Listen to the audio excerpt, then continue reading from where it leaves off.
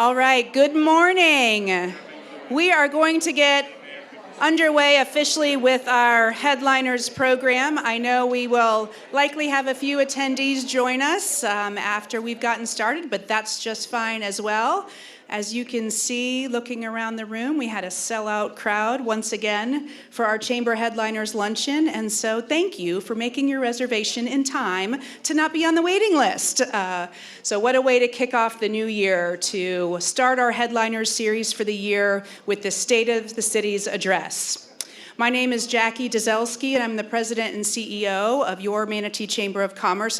On behalf of our board and our entire staff team, we are thrilled to offer this type of programming to our chamber membership each and every month. We're working on a fantastic lineup for the year ahead.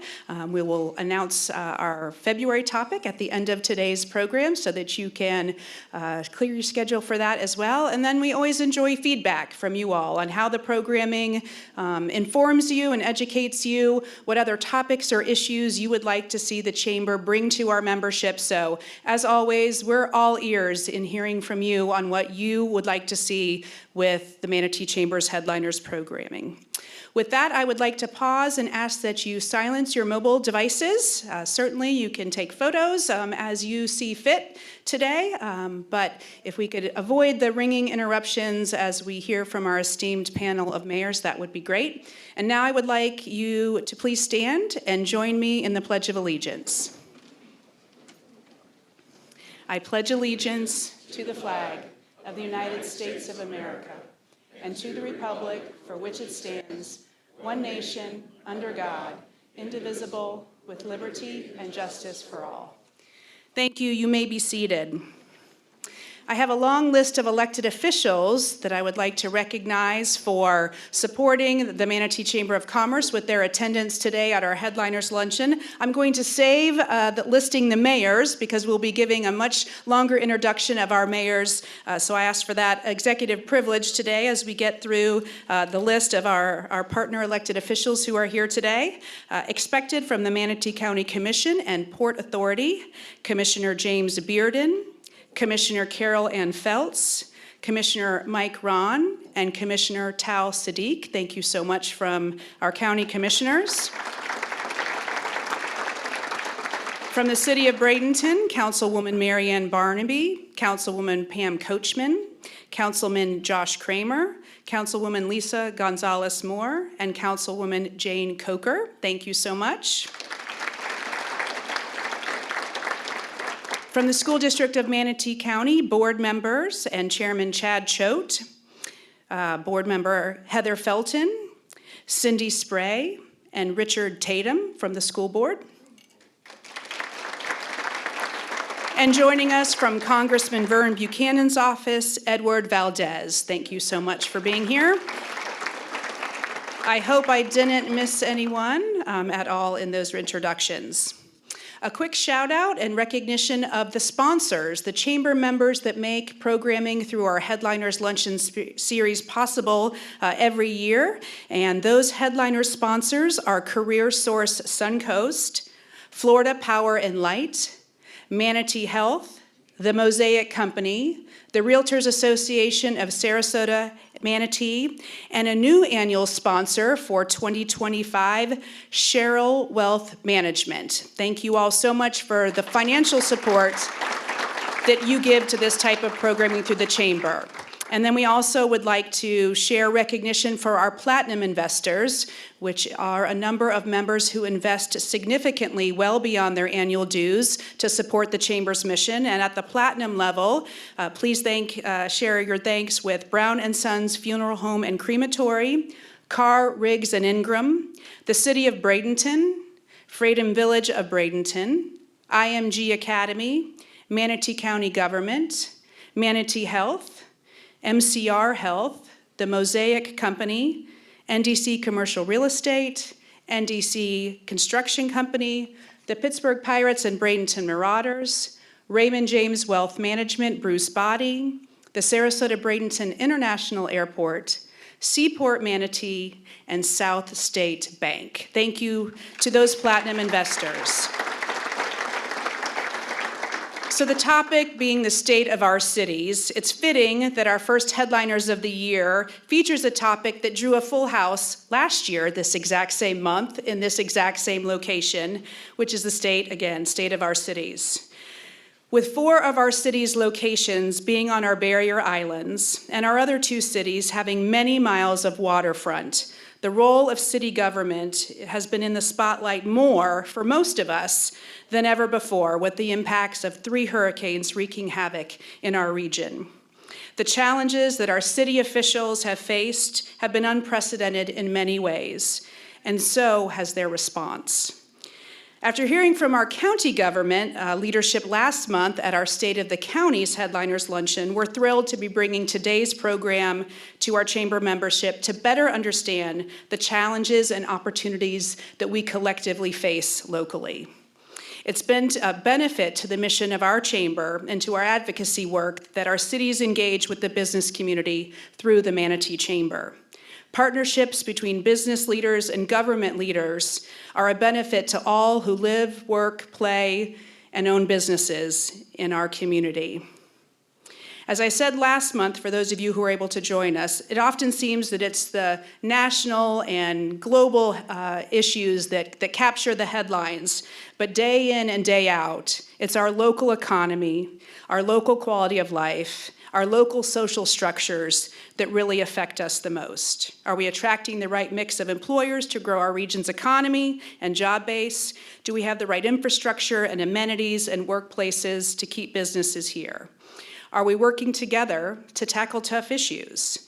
Today, we'll hear from 5 of our mayors on how the vision and priorities set by their governing commissions and councils are being carried out, and hopefully learn about how we, as business leaders, can be even more involved and influence where our cities are headed. A note that Mayor John Chappie from Bradenton Beach regretfully had a conflict for today's event that he was not able to move, and shares his regrets for not being here. So let's take a brief break for the team here at the IMG Academy Golf Club to serve lunch. And when we return from our brief break, your chairman of the board for the Manatee Chamber this year is Stu Henderson with Folly Bryant Architecture. And Stu will introduce by a short synopsis of their bios each of our mayors as we prepare for our panel. So please enjoy a few minutes of networking, and we'll be back up here in just a few minutes. Some of the last tables begin to get served. I think we're going to kind of keep moving on here, making sure that we have time for our esteemed guests to talk about the issues at hand. This afternoon, we'll hear from 5 mayors representing cities within Manatee County. Before they begin their remarks, I'll share an abbreviated bio for each now. At Anna Maria Island, Mayor Mark Short. Mark and his wife, Pat, have been property owners and residents of the city of Anna Maria since January of 2012. They're both active members in the community, involved in several charities and organizations. Mayor Short retired from Ernst & Young in 2017. He has devoted his time and energy to the city commission as commissioner, vice mayor, and now mayor. Mark is a proud father of 3 daughters and a grandfather to 4 daughters. Mark's wife, Pat, grew up in Bradenton, and Mark and his family have visited Anna Maria Island since 1984. At Holmes Beach, Mayor Judy Holmes Titsworth was elected as mayor for the first time in 2018 and has subsequently been re-elected 3 times, most recently in 2024. Judy was originally elected as city commissioner in November of 2012 and served for 3 terms. She attended the University of Alaska and Manatee County Community College, majoring in business. She spent the last 30-plus years in the construction and development industry. Her community involvement includes serving as a wildlife rehabilitator for over 30 years. She also enjoys the outdoors, fishing, scuba diving, boating, and is also an artist. Mayor Titsworth and her husband, Steve, have 5 children and numerous grandchildren. Longboat Key, Mayor Ken Schneier was born in Hackensack, New Jersey, and grew up in Livingston, New Jersey.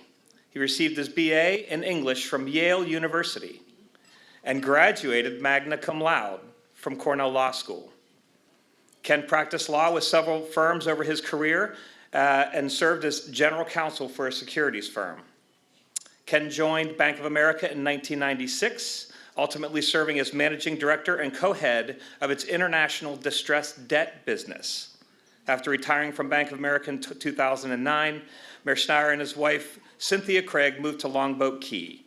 Ken was a member for several years of the Longboat Key Zoning Board of Adjustment and Planning Board before running for Town Commission in 2018, where he has served for 7 years, the past 5 as mayor.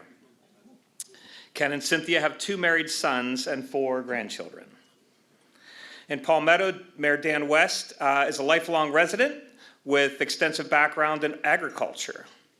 He has worked as an agriculture teacher for 8 years and as manager of the Manatee County Fair for 17 years. He most recently served as executive director of the Florida Federation of Fairs and is a part-time citrus grower.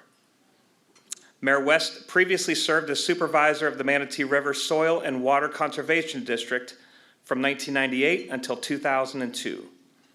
He's been involved with numerous civic organizations dating back to 1998. Dan's goals as the City of Palmetto's new mayor include serving with honor, integrity, and an open-door policy.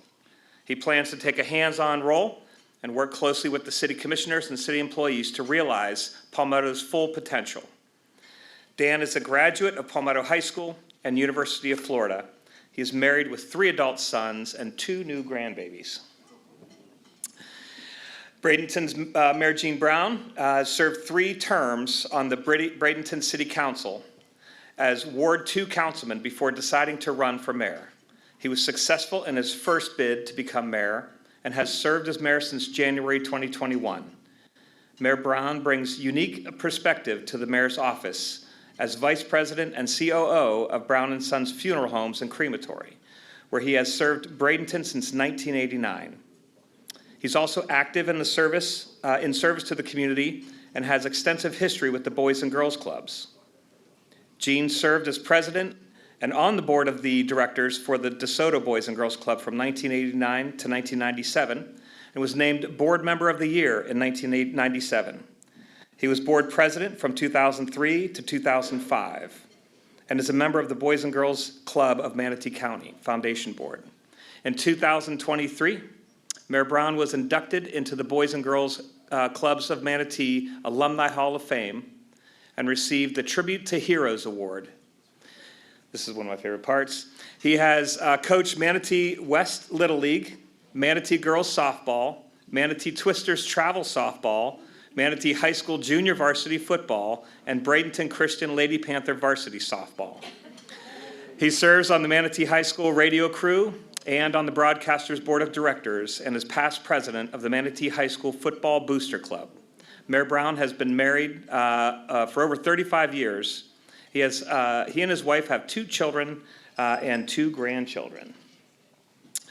So our format calls for each mayor to share 7 minutes of opening remarks with us today. After that, we'll open it up to questions and answers from chamber members.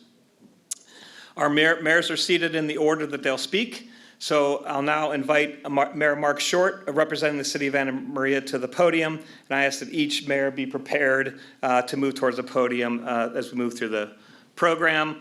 We have a Q&A mic, I think it's around the corner there, that will kind of slide out a little bit, and we'll start the Q&A process after each mayor has remarks. Thank you.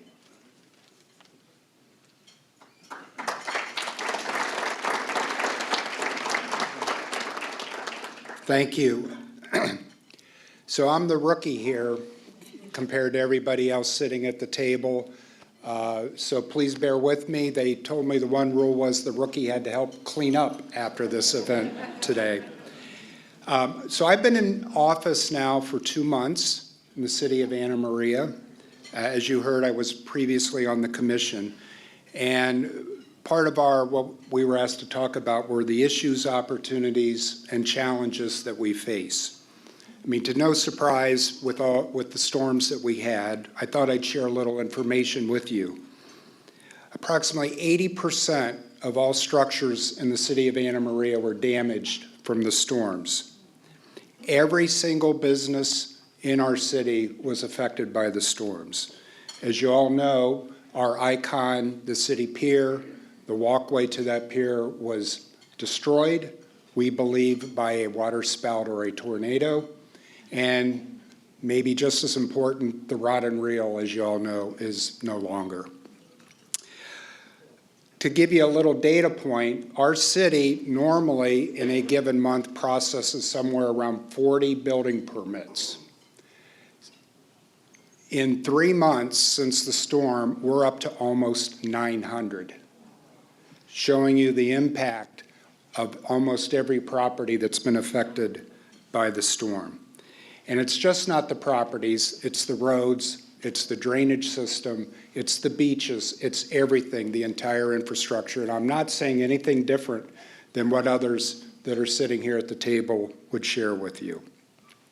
So those are our issues, and those are our challenges, but it presents opportunities for us. We have the opportunity to rebuild back better. We're going through the process now of rebuilding that walkway on the pier. We're going to do it better. You may know that the T-end of that pier survived the storm. It was built a little differently than the walkway.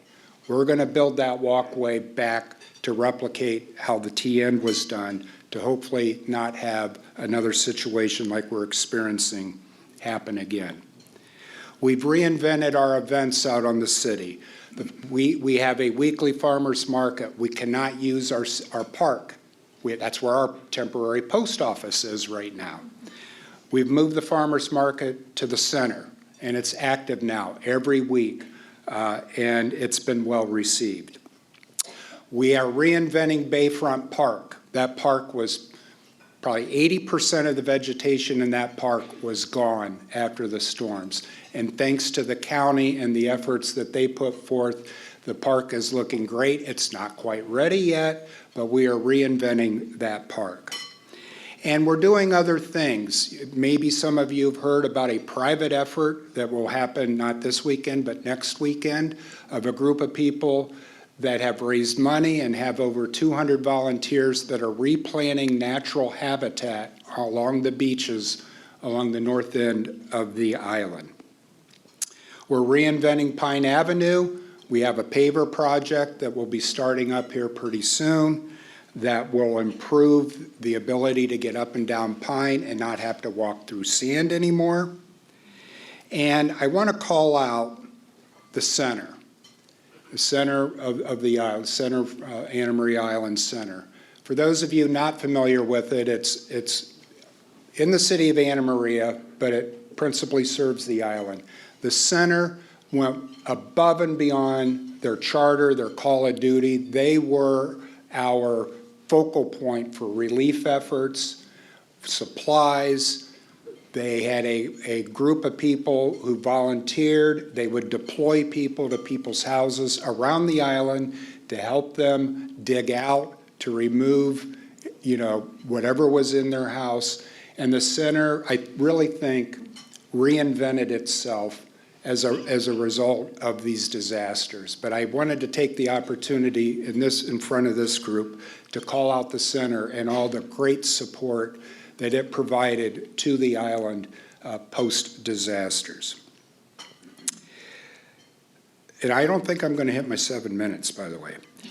But I would like to conclude this, that the beaches are open, and in our city, every single restaurant, other than one, and if I don't count the Rod and Reel, is open for business. 90+% of the other businesses that were operating on Pine before the storm are open. They're open for business. And I just want to say we are close to back to normal, but the fact is that everybody who was going to reopen is open. And as I said, we are open for business. Thank you.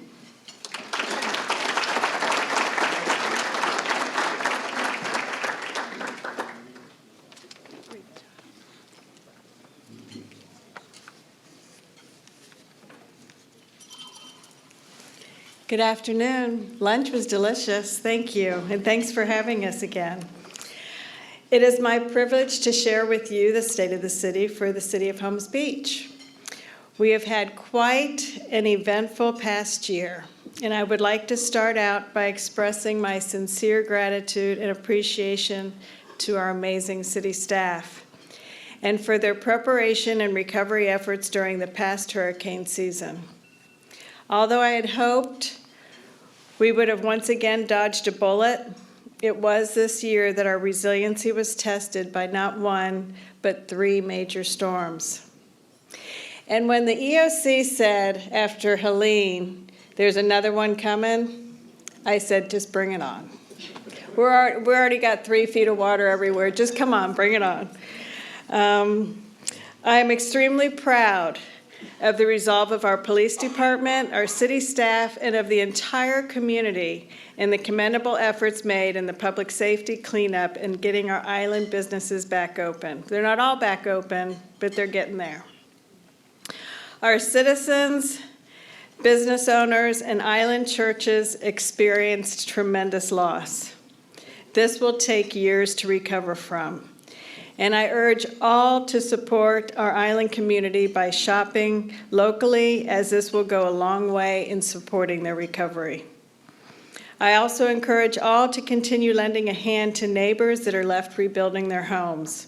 They are still experiencing heartache from losing many, if not all, their treasured possessions, and this suffering could be with them for a very long time. And I continue to urge all property owners to take remediation efforts as they rebuild, as climate change will continue to play a significant role in the intensity of future storms. And if that's true about that Farmer's Almanac that next year is going to be worse,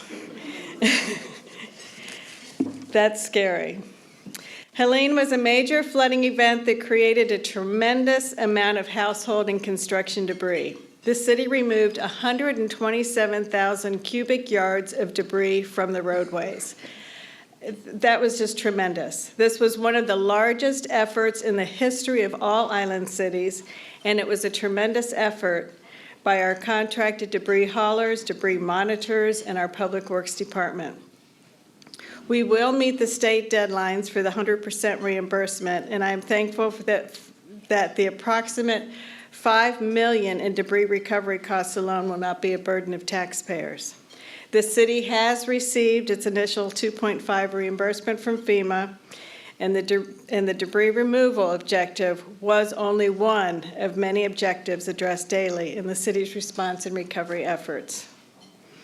The city provided for the safety of its citizens and public employees to expedite the return of our property and business owners and their contractors within 2 days of the events. We opened City Hall immediately post-hurricanes to assist all in need, and we facilitated the restoration of public utilities. We supported the Comfort Station emergency supplies at the Island Library. We maintained clear and effective communication internally and externally between city, county, thank you, county, and state and the public. We completed rapid and substantial damage assessments, ensuring proper documentation was collected for recovery. We identified long-term planning needs to include staff rest work cycles with the assistance of mutual aid from all over the country. We immediately launched no-fee expedited permitting and extended hours in the building department to assist in the recovery efforts of our businesses and property owners. And I think we're still open on Saturdays. I thank our state, county, and neighboring city partners, along with the entire county EOC team, for their support and our ability to meet these objectives. We worked hard over the years developing a comprehensive emergency management plan, and it was tested. Although I rest better at night knowing we successfully accomplished this mission, let's all hope and pray that Mother Nature will give us a reprieve next hurricane season. How many months until it? Is it May? June? Now for notable updates. I am pleased to say the Development Services Department, which includes building, planning, zoning, and code compliance, are running exceptionally smoothly in their day-to-day work, and we're also key players in our recovery efforts. The Building Department issued just over 2,000 permits, of which almost half were issued in the last 10 weeks alone. Public Works resiliency is a major challenge for Barrier Island communities, and the efforts this team has made in our capital improvement projects are commendable. Current projects include the citywide vulnerability assessment, Florida Resiliency Capital Improvement Project, which includes infrastructure improvements on Gulf Drive, Safe Streets for All Action Plan. We've upgraded over 20 roadway crossings. We've completed the new Grassy Point access point and boardwalk. That park needs some more work still. It's not really quite as beautiful as it was pre-storm. And we resurfaced 22 roadways. We finalized designation of beach parking spaces, which will probably have to be done again now that the beach turned up on all of our streets. But we have identified priority flood-prone areas, which included community workshop feedback. These are under-designed for current and future funding opportunities and include improvements in the addition of stormwater infrastructures to alleviate flooding. We are continuing the replacement and upsizing of pipes, inlets, boxes, outfalls, which include the addition and replacements of critical tide valves throughout our city. Our social media strategist, Matt McDonough, is doing a great job utilizing social media to educate all on the great things happening in our city, along with our IslandersForCleanWater.com and DestinationHomes.com campaigns. These sites have been seen by thousands, which just confirms how truly special this little slice of paradise is to the world. Matt assists the Public Information Officer during emergency response and has added another tool in the toolbox by providing text alerts to our citizens during these incidents. The county's text alerts were awesome as well. As far as the police department, I'd like to thank the chief. He's here with us this afternoon for another year in keeping us safe. Chief Tokajer is the operations section chief and public information officer for our response team, and he did a tremendous job in our hurricane response. His officers continue to put their lives on the line each day, protecting daily guests, residents, and our 500,000 plus visitors a year. And I thank them for their service. As mayor, I continue to stand strong in my belief that all natural resources have limits in human capacity. And out of respect for our waters, beaches, and the wildlife that live here, I will continue to urge all to reduce their impacts. I also stand strong in my beliefs that the City of Holmes Beach is a treasure because leaders have respected the comprehensive plan and worked hard to make sure that this city continues to be a beautiful place to visit and a wonderful place to live. We provide balance in a community made up of many competing elements, and we have done this by understanding the value of quality of life and the value in protecting our residential community and natural resources. For those reasons alone, I am very pleased that after receiving the OPAGA report, state leaders have made the decision to allow our island cities to remain intact, and I'm encouraged by the respect they have shown for home rule. In these next 2 years, I look forward to continuing our efforts in resilience. This will include a heightened effort in sustaining our residential population. It goes without saying that these 3 hurricanes will have an impact on our population. Some residents have become weary of the challenges of living on a barrier island. It will be my job to do everything in my power to promote our city for what it truly is. It's an amazing place to live, both for raising a family and to retire. Our local businesses, churches, and schools depend on the success of our residential community. I would like to congratulate Congressman Buchanan, Representative Will Robinson, Commission Chair George Cruz, our District Representative Commissioners Tal Sadiq, and our newly elected County Commissioners Dr. McCann and Carol Ann Feltz.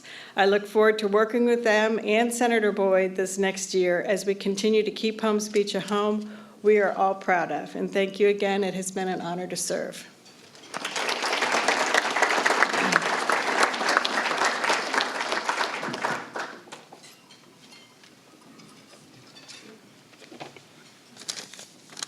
So good afternoon. I'm Ken Schneier. I'm the mayor of Longboat Key. Longboat is a little bit of an odd duck and a little mysterious to some people. Many people down in Sarasota County think we're part of Manatee County. Many people in Manatee think we're part of Sarasota. They're all right, of course. But I thought, we were hit hard by the storms as well, especially the northern two-thirds of our island. And I'll talk a bit about that. But I thought I would start with a brief summary, a glimpse of what Longboat Key is. So those of you who aren't that familiar with us get an idea. So we're formed as a town in 1955. We've got about 7,500 voting residents, and we get up to about 24,000 people during the season, like now. We have an average age of 71 plus on the island, and we have our own fire department and our own police department paid and unionized. We have a manager council form of government, which I think is different from all the communities in Manatee County, which means that we have a town manager as the CEO, and our 7-member commission acts somewhat like a board of directors. But the town manager is basically in charge. So while my colleagues on this panel here are not performing the duties that are required of them today, I have plenty of time to come up and make speeches to groups like you. We also have a wonderful Chamber of Commerce on Longboat, which changed hands about 1.5 years ago. Kim Veralt, if you don't know her, you should. She's done a wonderful job in organizing our town, dealing with the businesses, especially after the storms, and she does a lot down in St. Armands and in the neighboring cities as well. So we are in 2 counties, we're Manatee and Sarasota. We had our time with Opaga as well. There was a concern, an issue for many years about whether Longboat should be in one county or the other entirely. Long story short, Opaga did a study of that and said, nice idea, but it would be very, very difficult to do. So now we're happily members of Manatee and Sarasota County, about evenly split between the two. There are pros and cons. So one of the cons, I might say, is that everything that goes on in a county that a municipality has to participate in, we have to do twice. We have our own supervisor of elections. We have our own property appraiser. We have our own TDC and our own EDC. So our members of our commission need to serve on boards in both communities, council of governments and the like. The good news is we get to participate and we get to learn about what goes on in Manatee and Sarasota County, learn from them, hopefully give some assistance to them about what's going on beyond our borders. We also contribute quite a bit to the schools in both counties.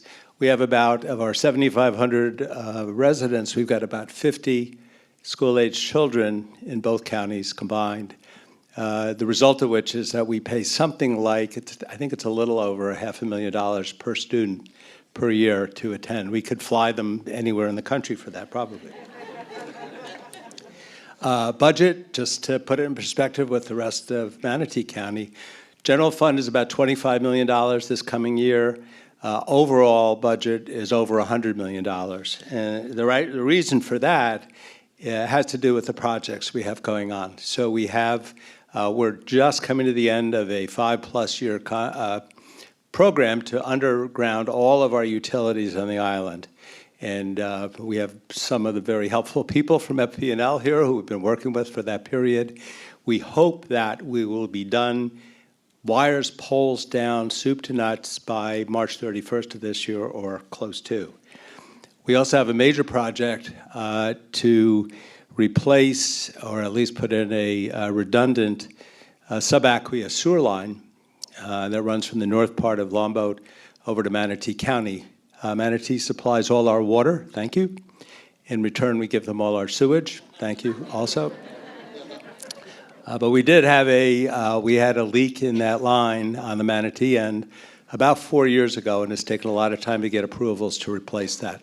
That's a $30+ million project that's going to start this year. We are replacing asbestos water lines that are over 50 years old in the south part of the island. And we have I was saying to someone here today, it's like painting a battleship. When you start fixing the beaches on Longboat, We spend maybe $30 to $35 million every 7 years to renourish, and once that's done, we're starting to raise funds for the next round. In the storm, we lost about 60% of our sand. We lost all of our dunes, so protection going forward. We hope to get some reimbursement for that, but we've got a lot of work coming on the storm front.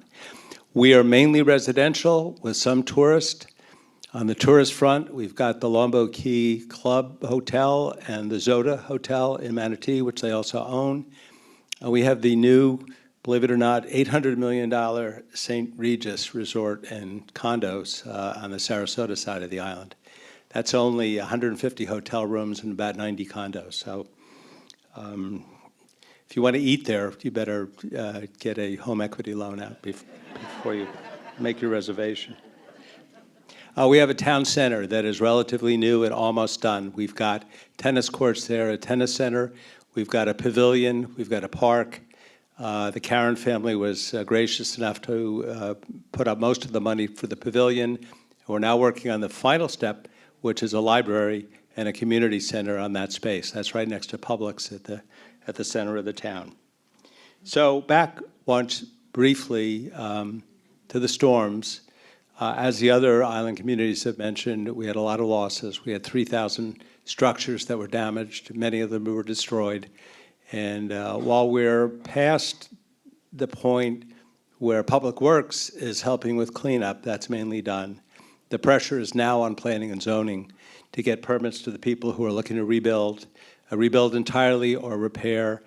That's a tough job. So with that, I thank you for your attention, and thanks again for inviting us back.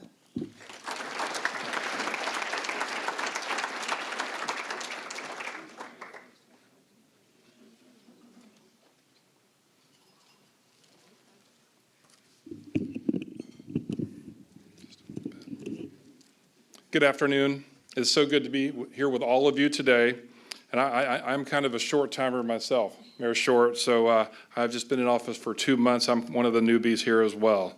So I just want to say thank you to Chairman Henderson and the Chamber, Ms. Dzelski. Thank you for hosting this. It's a wonderful event each year, and just thank you for the opportunity to come talk about our cities. I'm going to kind of move through this rapidly so I can get through it. There's a lot of information, so I just want to also mention I've got some of my staff here from the city, from the CRA. Ms. Rowena Young-Gopi is here, Mr. Ed Johnson at this table, Mr. Mark Barnaby is here as well. I'm not sure where he is back there, and Ms. Penny Johnson over here. She's getting ready to retire on me, so I just wanted to call her out and say thank you, Ms. Penny. But real quick, just want to go through our listing about stuff for our city. You know, Palmetto is the oldest municipality in Manatee County. We were incorporated in 1897. We were actually a town before that in 1868. But it's been a great place to grow up as a kid. I've lived there my entire life, and I love Palmetto, and I want to continue what our former mayor had started, you know, just touting Palmetto everywhere she went, and I will be doing the same thing. You know, our city is populated by about 14,000 people, but if you sit on 8th Avenue during the day, you would think it was 114,000 that are coming through Palmetto. So we are very, very popular with the drive-through. So we have a citywide operating budget of around $44 million. That's for the whole city. Right now, we have a 5-year capital improvement projects that are a total of about $33 million, which 17 are slated for use in 2025. Our taxable value is $1.5 billion, and we have $30 million of new construction just slated for fiscal year 25 versus $33 million that we had in fiscal year 24. Our taxable values, appreciation, and new construction have more than doubled over the last 10 years. Our millage rate has remained the same since 2016. And for 19 consecutive years, we have received the Excellence in Financial Reporting for Annual Comprehensive Financial Report, and that's just from the fine work of the folks, Jim Freeman and the folks at City Hall that do such a wonderful job. With Mayor Bryant and the former City Commission in 23 and 24, the accomplishments that they had finished $11 million police department headquarters building. That was finished, and it's going now. It's a wonderful facility from the especially when you look back at the structure that they were in that had been the police department since the early 50s. 3.6 million environmental remediation on a brownfield site, which is now Connor Park. If you haven't had a chance to visit Connor Park, it's right to the north of West Coast Tomato, between it and the Manatee River. It's a wonderful place to folks go walk and just enjoy the outdoors. And it also drains 51 acres there, and as that water goes through there, it gets percolated and it cleans the water before it goes into the Manatee River. So that's a great project that they did. There was an extension of 7th Street, which you know right there on Business 41, 19, 301, whatever you call it there, that goes across to the new hotel. That was completed. And also, we've had a realignment of Business 41 and 23rd Street north of Palmetto. That was in conjunction with the FDOT, with the roundabout. And a lot of people were skeptical, but it is working fantastically. If you go down there and look, I mean, it just there's not the slow up that you used to have. And, you know, there were several accidents and a few tragic deaths there. And so we're so glad that was changed to what it is now. Several public safety improvements at our wastewater treatment facility. They have purchased some new generators in the last year or so. They've also been able to purchase 2 contiguous properties that will also allow us to expand our future expansion plans for our wastewater treatment facility. That was very key and instrumental. A capacity study is now underway to ensure that we meet the future demands of all the new growth that's coming to Palmetto, and there will be new growth coming to Palmetto. Several lift stations are being upgraded to include emergency generators. We have inflow and infiltration work that's being done on existing sewer pipes, and that seems to take place every year. You have to keep up with that to keep your system running efficiently. And also, we've got, I was talking to Mr. Tatum here earlier, just thanking him, you know, we had Palmetto High School's $48 million renovation project. You know, that's the jewel of our city there, our high school. Everybody comes to that, and so we're so happy that that had taken place. The school looks fantastic, so we're just moving forward. Also, some street paving in Ward 1, our 4th and 5th Avenue West paving, that where they're also going to get reclaimed water as that comes through. So looking at 2025 projects, our community highlights, we're going to have several mixed-use developments that have been approved by the commission at this point, and they will be moving forward. The Ward 1 Phase 3 Community Revitalization Project will include upgrades to streets, sewer lines, reclaimed water, sidewalks, in the area of 17th Street to 14th Street West between 2nd and 4th Avenues. So that's some of the stuff. We also are looking at a new park at 14th Avenue that's in the design phases with additional pickleball courts, basketballs, walking trails, multi-purpose field and playground and pavilion is something that we are looking very excited about. Women's Club renovation is undergoing on its way right now. And the MLK Park improvements are in the planning stages for fixing the walking lights and new playground. A new trail is in the project. A new trail is being planned in stages connecting Manatee County, Bradenton, and Palmetto. And so also new businesses that have come to Palmetto. And I have to say, Mr. DeRusso is here with the Palmetto Marriott. We're so happy that they are in Palmetto with a 242-room full-service hotel that opened earlier this past year. And so they've been a great partner for the city, and we're just so glad that they're there. I don't know if you enjoy Culver's. I do, but we've got a brand-new Culver's in Palmetto, and every time I've been there, it's been packed. We're also glad to have the HCA Medical Standalone Emergency Facility there on 301 next to John Deere. And the commercial laundry facility, Sudsco. If you've never been there to see a tour, you have to go to that. It's amazing. People have no idea what is going on in that building in Palmetto, Florida. So you need to check that out. I've never seen sheets being folded that fastly by a machine. So, and then we got the convention center expansion that's slated to be finished later on this year. And don't forget, Palmetto is a place for a lot of events. This coming Saturday, we've got the MLK Parade at 11 a.m. The Manatee County Fair begins tomorrow at 5. So if you haven't been to the Manatee County Fair, make sure you go to that. It runs till the 26th. We also have movies in the park once on the first Friday night of every month. And we've also got the River Regatta coming up between Palmetto and Bradenton, February 21st and 22nd, and the 4th of July. We know the date of that. So that'll be coming up as well. So Palmetto is the place to be. We're looking forward to working with all of you and partnering with all of you. So thank you for giving us the opportunity to be here today to just say a few words and tout the city of Palmetto. Thank you.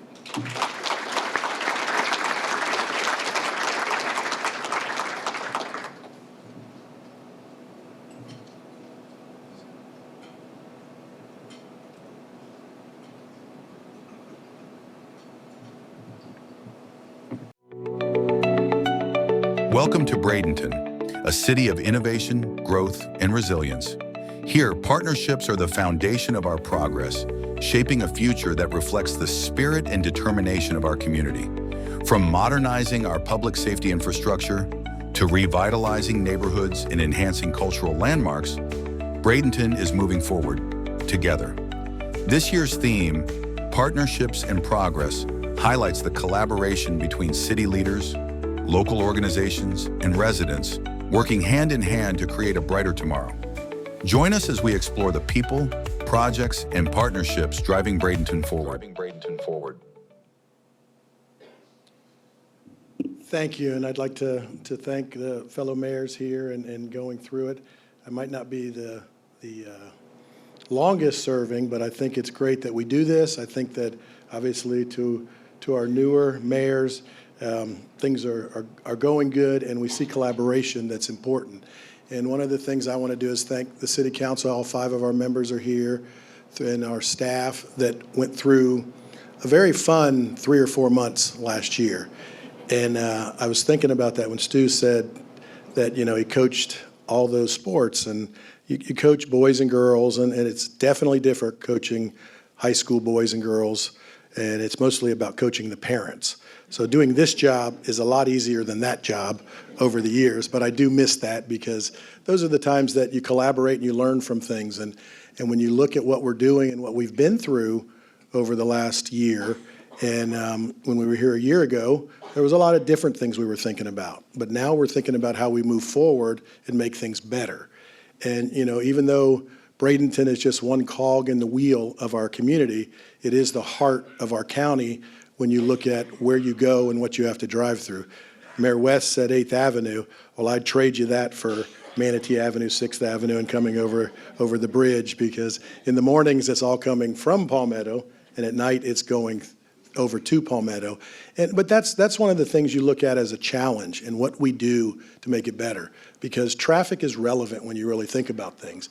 And as a county, as a city, and 5, 6 cities that work together, we've got the roads we've got. Now, what are we going to make out of them? What are we going to make better? And that's one of the things in our urban core that we're really trying to do to what we build and drive better, so you can live, work, and play in certain areas. And you want to, you know, live in a bedroom community of Parish and still work in a downtown or a city on the island and really make things where you can do it. One of the things that's probably one of the hardest things we're hearing about the pier in Anna Maria Island is our water taxi. You know, there's an opportunity to really continue to grow that once the pier comes back, with not only within our communities, but also in Sarasota County, something being talked about. If you can get on a water taxi downtown Bradenton and end up in downtown Sarasota and never getting on a road, wouldn't that be fun and great, and stop at all the islands and do things? So, you know, those are things that play into the little video about collaboration. And that's one of the things that I'm most proud of, that in the last several years under the first administration of 4 years, is that we have worked together. You know, and you got to really think about, it's not about the moment or the person, it's about what we can do as a community and to continue to grow that. And one of the things that we'll talk about, you know, obviously all the challenges. And one person I want to pick out in the room here, and she's going to be mad at me, but Jennifer Hoffman from Keep Manatee Beautiful. She didn't leave, did she? No, but what Jennifer did, not only to help our city of Bradenton through those several months, but also what she did for everybody, because she had, and again, it was a lot of the volunteers. They were coming in. We had a young man come in, drove all night from 10 hours away, and helped the city of Bradenton that day. And he was going to, Kansas City, and he was going to sleep in his car that night.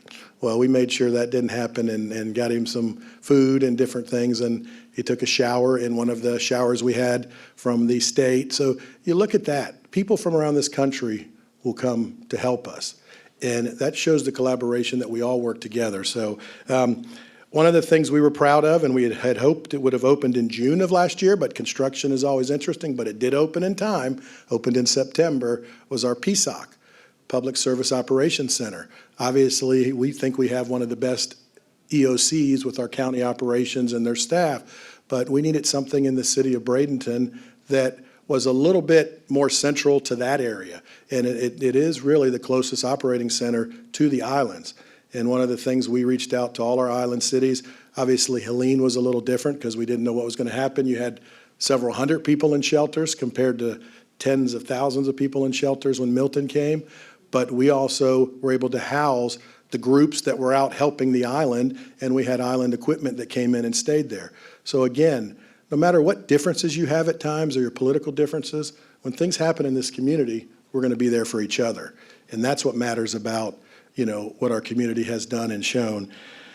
Kind of going through, a lot of the different things here in the city of Bradenton. You're going to see a lot now of construction starting. You see fences up around Lecom Park. You see for construction, you're going to see some areas, Village of the Arts, that the CRA is working through.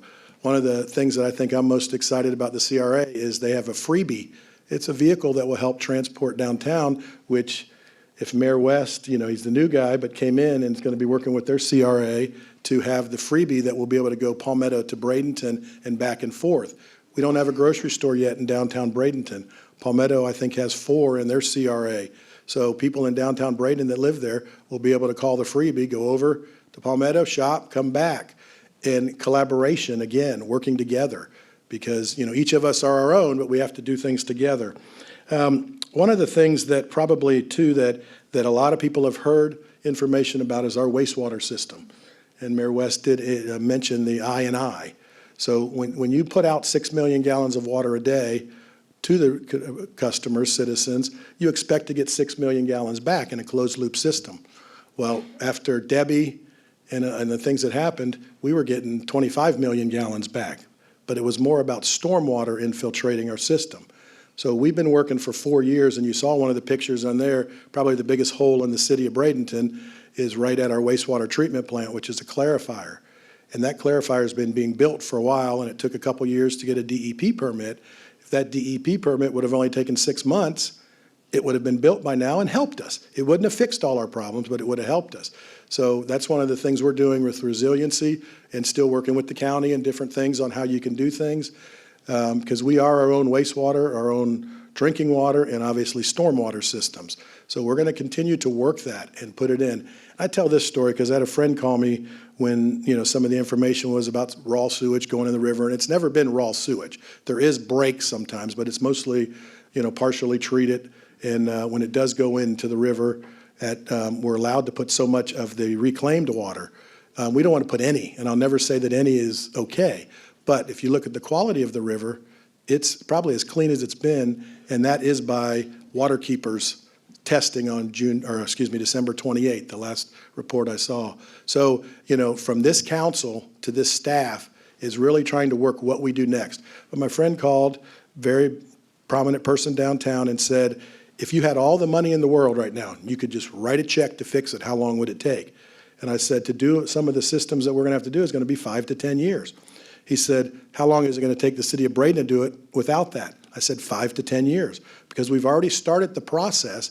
We've got a great staff working. We're looking at all of the other options out there and outside the box to how we can do things better while still utilizing some of the connections and collaborations that we have. So I think that, when you look at that, you just talk about a great thing. I'm going to talk about the things that are going to be happening now. Probably, hopefully by July, we've got our fire chief and our deputy chief here, that we will have Station 2. If you drive down Manatee Avenue, you see that's coming up right there on, I think it's 22nd Street East, and that will open in July, hopefully, give or take a little bit there. But that's a fire station that I think they had to walk through restrooms to get to kitchens, to bathrooms, and an old station that's over there. But that's going to be actually speed up some timing to get some calls, and we know that minutes count when someone's having a heart attack and that. So get our fire station closer and more modernized. Our police station, which is right down from our partners at the school board, right across the street from them where our water tower is that you saw, we'll started construction a little bit with some of the demolition, working on moving some water lines because of the water tower, but we're hoping within about 15 months that will open, and that's a $30+ million project in the city. The affordable, attainable workforce, whatever you want to call it, housing, any buildings you see going up in Bradenton right now are workforce attainable housing. And several hundred units will start coming on over this year. The Met came on 199 units, and I did talk to Marshall Gaboudi, who is the Met developer, and I think they said the 199 units, they have 189 leased out. So it's working on other projects with other Mets. They've got the Met 2 and 3 project already working on in that general area. 920, which a lot of the people that we know said, oh, you're building a condo building right downtown. They don't realize that it's workforce housing. So hopefully we can get people to live there that will live, work, and play in the city and never have to get in a car. Our City Hall property, not the county old City Hall property, but our City Hall property on the Baccarata, we're probably 18 months away from being moving out of that in some areas.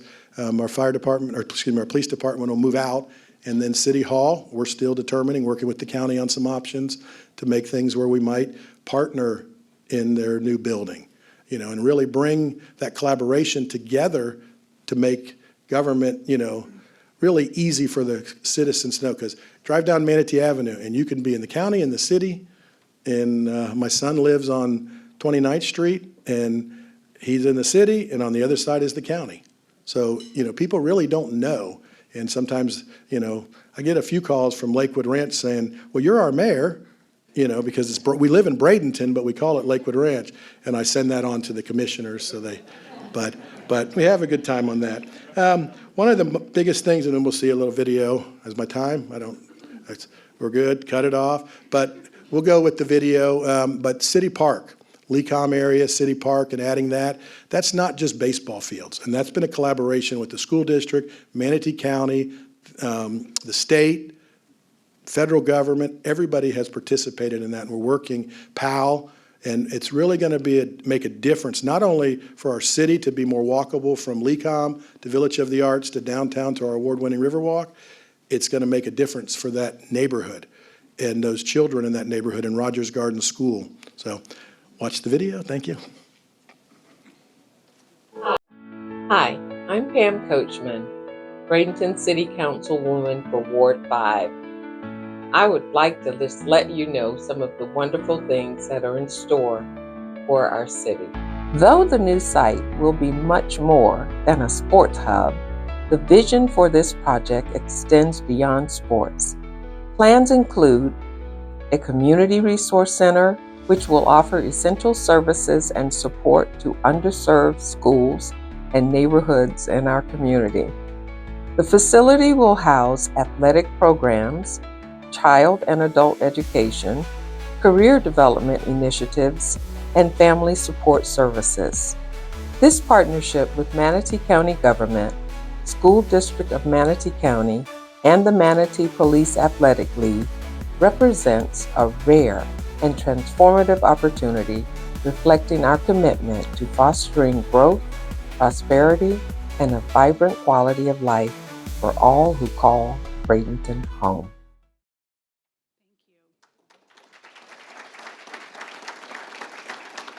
Thank you. And as a reminder, we did tell you this one was going to go past 1 o'clock. So I realize some of you may need to sneak out, but we do always want to save a few minutes of time for our potential questions from our membership. So what I ask is that they truly be questions, that we don't make statements, and we be as brief as we possibly can be. Carrie is manning the microphone here. She's going to hold on to that microphone and not let it leave her hands, as is our system. So Mike, if you would like to ask a question, if anyone else has a question, you are welcome to step forward. I think we'll have time for one or two, and then we'll have about 2 minutes of closing remarks.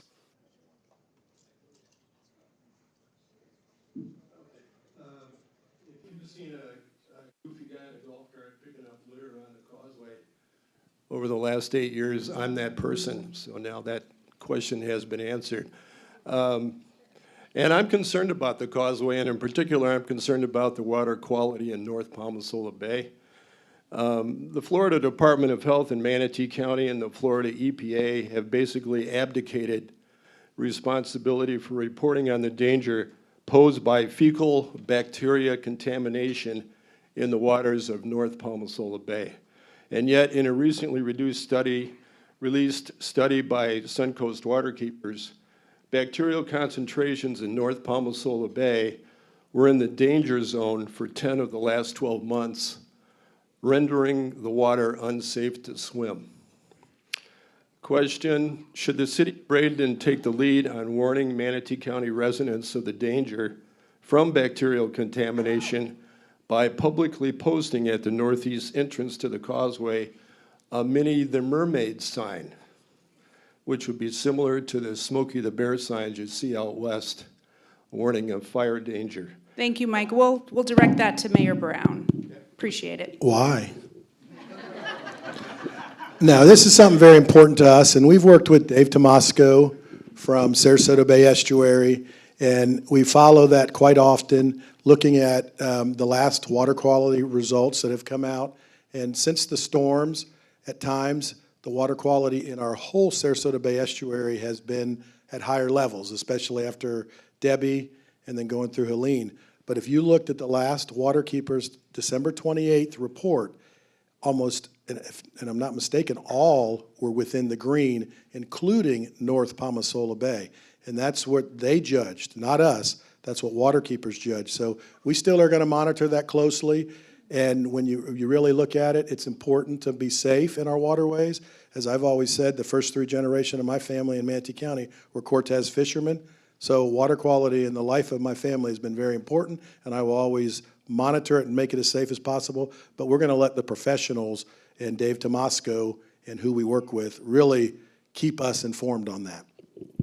Thank you, Mayor. I'm not seeing anyone else making their way to the microphone. All right, so a couple of closing announcements, one of which is I always keep copious notes when we have panel discussions like this. It's so critically important to informing the Chamber's work with our public partners and certainly our advocacy, knowing that many of us will be heading to Tallahassee in weeks to work with our state delegation on priorities important to the greater Manatee County region. And while we've heard about historic challenges, I hope that we all can agree that we've also heard and experienced historic response. And we all have a role to participate in that and to partner, and I am grateful to the mayors that were able to join us today to share some of those opportunities. From Mayor Short starting and describing a 20-time increase in workflow when you talk about the permits that were filed in a 3-month period. Can you imagine as a business owner a 20-time increase of your workflow? And so the challenges truly have been historic, but our beaches are open, our restaurants are open, many businesses are open as well. And so I would say maybe we all should make a promise to ourselves, and not to single out only our barrier islands, but maybe we all make a promise to ourselves that at least once every month this year, we visit the islands and we do business with a local business in Manatee County in one of our 4 island cities. As a follow-up to that, hopefully you all follow the Manatee Chamber social media. We also included it in an e-blast as well. But the Glazer Family Foundation announced a fund last week of $1 million to support small businesses in the Tampa Bay region who have been severely impacted by the storms. They've chosen 8 chambers in the greater Tampa Bay region to help them administer those funds, and your Manatee Chamber is one of those chambers. You will find information on the Chamber's homepage and our social media page. If you know of small businesses who may benefit from the opportunity to apply for grant funds, please encourage them to visit the Chamber's, as I said, social media and website to find a link to that application. The initial tranche of money, which will fund grants of up to $5,000 for local small businesses, will be open until February 2nd. So we're talking just a couple of weeks, and this initial funding from the Glazer family County, and we are honored that they chose to include Manatee County in that Family Fund investment in small businesses. If you need more information, just give us a call at the Manatee Chamber. Finally, I want to once again thank the sponsors of our Headliners series every month: Career Source Suncoast, Florida Power and Light, Manatee Health, the Mosaic Company, the Realtors Association of Sarasota Manatee, and again, our newest headliner sponsor, Cheryl Wealth Management. Our topic next month, we will head to Pier 22 in downtown Bradenton for our February headliners, and we will welcome the president of the Pittsburgh Pirates to share a glimpse, not really of spring training on the field, although I know he will comment about the team and the expectations for the season ahead, but even more importantly, remind us all about the incredible economic impact that we enjoy by having Major League Baseball in Bradenton and the greater Manatee County region. So I hope you will join us again in February. With that, I would ask our mayors to please stand and stay. We're going to get a group photo from our chamber photographer before you all hound them with your additional questions that you didn't want to ask from the mic. So if you could give us the grace of just a couple minutes to get those photos. And with that, please enjoy your afternoon. Thank you for joining us today.